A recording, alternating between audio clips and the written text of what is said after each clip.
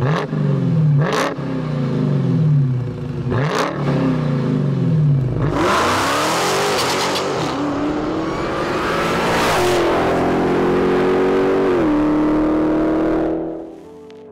à tous, j'espère que vous allez bien aujourd'hui. Nouvelle vidéo sur ma chaîne Melrasso TV.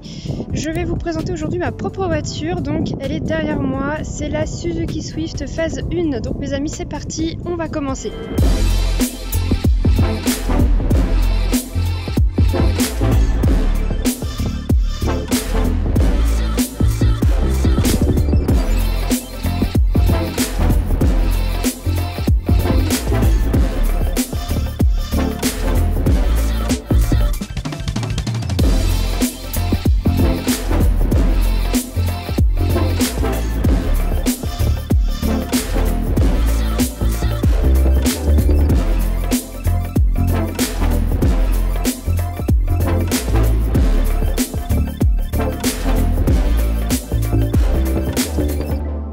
Alors voilà mes amis, je vais vous présenter du coup la Suzuki Swift phase 1 qui est une citadine polyvalente. Du coup, pour vous en dire un peu plus, c'est une voiture à essence à 4 cylindres.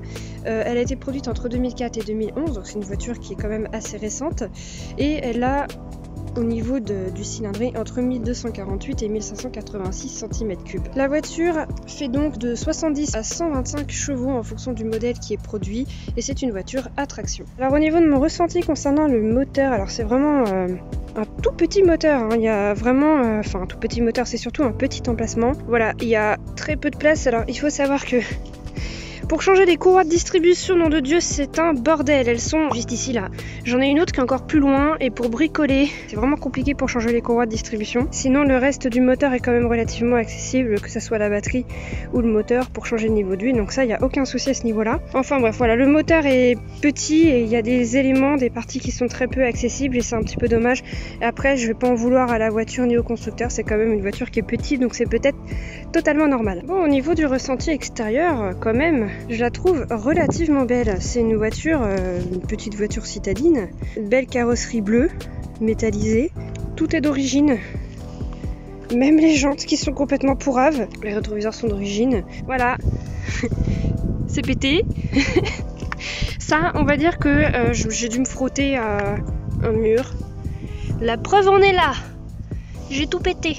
Je voulais faire du covering, la mettre en rouge, totalement en rouge mat, avec le toit blanc et les rétroviseurs blancs. Je sais pas, dites-moi ce que vous en pensez. Après voilà l'arrière, je vais vous montrer le coffre après. Je trouve qu'elle est très mignonne comme tout, elle passe partout, elle est très jolie. Alors le coffre, du coup on va l'ouvrir, hop, voilà la bête. Alors on peut mettre 1, 2 et à la rigueur au-dessus 3 et 4 valises. Avec ça qui est complètement pété, oui, c'est trop petit. On peut rien faire avec ce coffre. Ok, donc voilà, donc avant de pouvoir faire un petit test de conduite sur cette voiture, donc sur ma propre voiture bien sûr, je vais un petit peu vous donner mon avis sur l'intérieur. Au niveau du tableau de bord, on va commencer par là. Ça c'est du plastique, ça c'est du plastique, ça c'est du plastique. Ce bouton c'est du plastique, tout en plastique. Vraiment... qualité plastique ici, il n'y a aucun rangement. Il y a ça, donc une boîte à gants qui est microscopique. Après il y a un petit emplacement ici et de quoi mettre des boissons ici.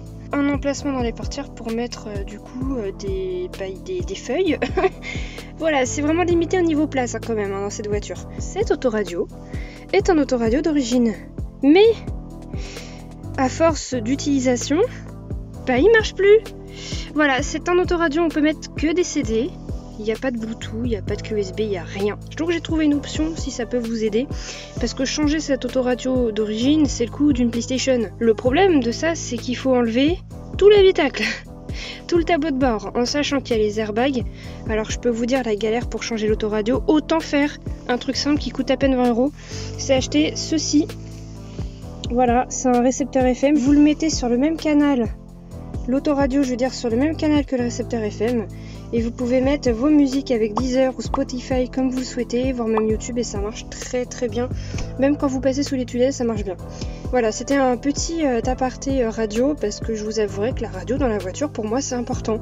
Plus il y a de basse, mieux c'est. Et dans cette voiture, Pour information, les bases sont excellentes. Sinon, boîte de vitesse, 5 rapports séquentiels, qui est pété, mais ça marche bien. J'ai les boutons au volant, ce qui me permet de juste changer le son dans la radio.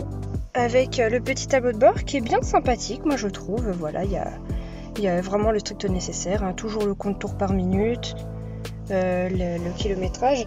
D'ailleurs, pour information, au niveau de la consommation, puisque je suis sur le tableau de bord là actuellement, c'est une voiture qui consomme entre 4,5 à 7,2 litres tous les 100 km. Elle est simple, c'est simple en fait, il n'y a pas de truc de ouf, voilà.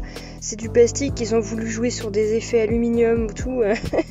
Voilà, ils ont voulu faire un peu à l'effet esthétique, mais ils n'ont pas cherché à comprendre, ils n'ont pas cherché à faire quelque chose de spacieux avec des rangements.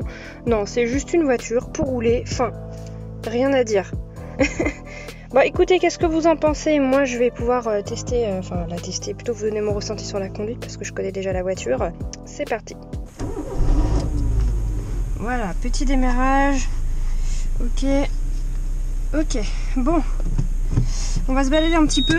Bon, je suis désolée, il n'y aura qu'une seule caméra. Malheureusement, j'ai une de mes 2 caméras qui m'a lâché. Malencontreusement, je suis vraiment désolée. Donc vous n'aurez pas la vue sur moi. Je sais pas où je vais y aller, mais on y va. C'est parti. Alors déjà, par où commencer? Cette voiture est quand même assez bruyante, je trouve. On entend bien le bruit du moteur, on entend bien un bruit électrique aussi. Quand elle accélère, ça fait du bruit. Mais après, moi, en soi, ça me dérange pas. Mais après, on entend bien quand même l'extérieur. Enfin, surtout le moteur. C'est surtout le moteur qu'on entend. Et au niveau du sol. Après, le bruit extérieur, c'est... En soi, ça va.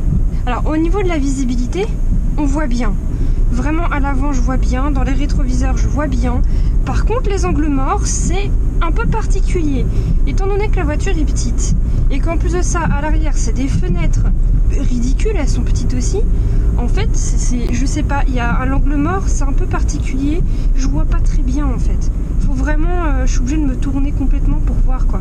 C'est pas terrible. Vraiment, c'est pas terrible. Après, au niveau des suspensions, bon, elle est assez souple, hein, on sent pas vraiment le sol,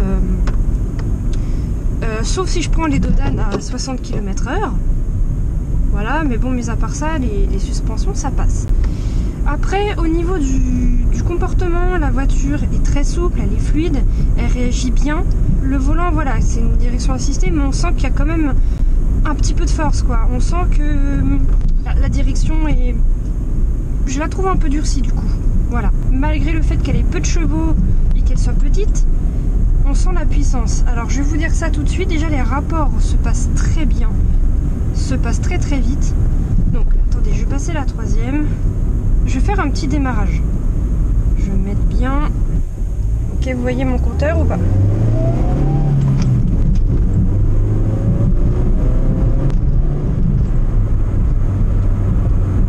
Alors, hormis le fait qu'elle fasse énormément de bruit, je trouve, quand elle démarre, j'ai pas calculé le nombre de secondes, bien sûr, pour passer. Je suis allée jusqu'à 60 km/h, je vais pas abuser, je suis quand même dans une zone industrielle. Mais ceci dit, je trouve qu'elle réagit très très bien, elle est très énergique.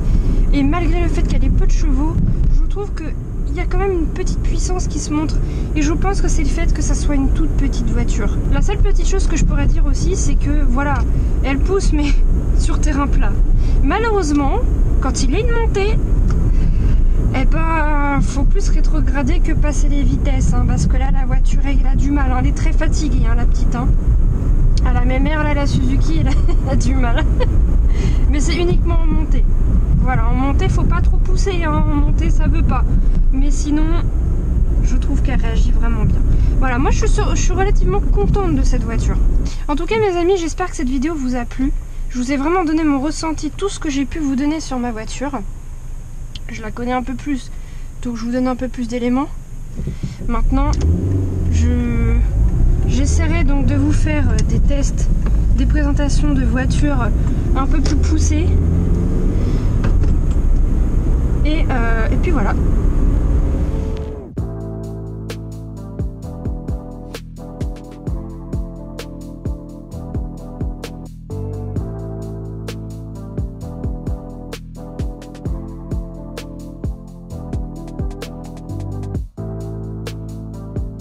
bien c'est la fin de cette vidéo mes amis, j'espère que celle-ci vous a plu. N'hésitez pas en tout cas à me laisser un commentaire, un petit pouce bleu et puis à vous abonner si bien sûr vous le souhaitez.